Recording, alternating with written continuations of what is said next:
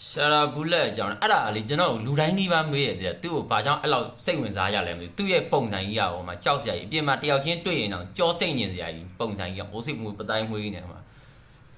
ဘူးလက်တဲ့သူ့ရဲ့ရှာရာဘူးလက်တဲ့သူ့ရဲ့ nickname ကရှာရာဘူးလက်အရင်တော့သူ့ pirate လို့လည်းခေါ်ဓမြ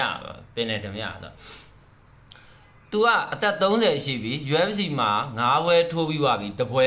ရှုံးတယ်ဆိုတာသိရမှာတော့ဟိုဟာက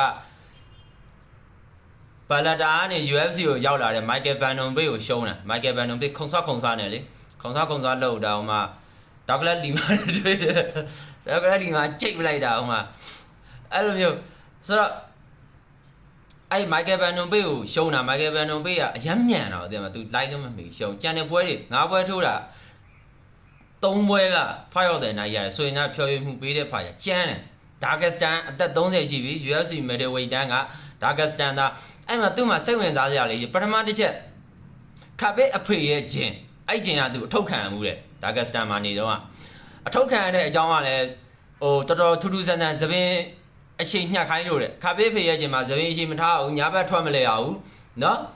နောက်တစ်ခါပါလဲဂျင်ကိုအချိန်မီလာမယ်နောက်မကြဘူးအဲ့သုံးခုတော့ပထမတစ်ချက်နဲ့လုံးဝမရဘူးသူသပင်းသူ့သပင်းသူမညှက်နိုင်ဘူးပေါ့အဲ့ကြောင့်သူအဲ့ဂျင်ကအထုတ်ခံလိုက်ရတယ်သူထွက်လာခဲ့ရတယ်ပေါ့အရင်တော့သူမွေးတိုင်းလို့ပြီးတော့မှဒီ MMA ဘက်ကိုသူပြောင်းပြီးကစားတာဒီတယောက်ကနောက်တစ်ခုကထူးကြအဲ့တစ်ခုကပို့ပြီးတော့မိုက်ရညလုံးတစ်လုံးမရှိဘူးဆိုတာမကောင်းဘူးနော်သူတစ်လုံးမကောင်းတယ်ငယ်ငယ်တော့ဒီ training မှာသူ injury ရတာပြန်ကူတာဘယ်လိုမှကူလို့မရသူ့မှာညလုံးတစ်လုံးပဲကောင်းပါတယ်အဲ့ညလုံးတစ်လုံးနဲ့သူကစားတာပေါ့နော်အဲ့တော့ तू အားတဲ့ဘယ်သူ့ကို तू နမူနာယူပြီးကစားလဲဆို Michael Bisping UFC middleweight champion Michael Bisping သိရနော်အခုဒီ UFC မှာဒီ commentator ပြန်လုပ်နေတယ် Michael Bisping ကလည်းညလုံးတစ်လုံးမကောင်းဘူးအဲ့တော့ better ဘက်ဖို့ကန်လိုက်တာမျက်လုံးမျက်ကြည့်ဆိုတာပြတ်သွားတယ်ပြတ်ပြီးတော့အဲ့ပွဲပြန်ကြည့်ရင် Michael Bisping တနာဖို့ကောင်းမျက်လုံးတစ်လုံးပြတ်သွားတယ်ပြတ်သွားတာကို UFC ကသူ့ကစားပွဲနားခိုင်းမှဆိုလို့ဆိုပြီးတော့အဲ့တိုင်းဆက်ပြီးတော့ तू ကစားတာအဲ့တိုင်းဆက်ပြီးကစားတာတကယ်လို့ Michael Bisping ကဒါ Michael Bisping ကြောင့်ကြုံလို့ပြောပြရနော်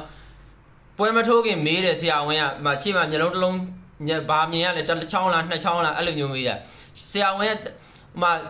လမ်းညိုးနှစ်ချောင်းထောင်ပြရင်နောက်ကနီးပြချောင်းဆိုးပြတာတို့တစ်ချောင်းထောင်ပြလို့ဆိုလို့ရှိရင်တန်းအဲ့လိုမျိုးလေးလောက်ပြတော့က Michael Bisping ကအဲ့လိုနဲ့ကြော်ဖြတ်လာပြီးတော့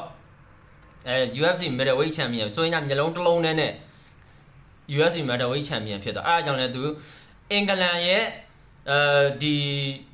ပထမဆုံး UFC champion UFC Hall of Fame စရင်ဝင် Michael Bisping ကဒါ Michael Bisping ကြောင့်ရောက်သွားအဲ့ရှာရာဘူးလက်ကလည်းသူအဲ့တိုင်းပဲ Michael Bisping ကိုနမူနာယူပြီးတော့သူမျက်လုံးတစ်လုံးနဲ့ကစားခဲ့တာ UFC မှာလက်ရှိသူ ranking တော့ဟိုဟာမဖြစ်သေးဘူးတပွဲနောက်ဆုံးတပွဲရှုံးထားတယ်နော်ဒါသူ့အကြောင်းကတီးသလောက်အကုန်ပဲ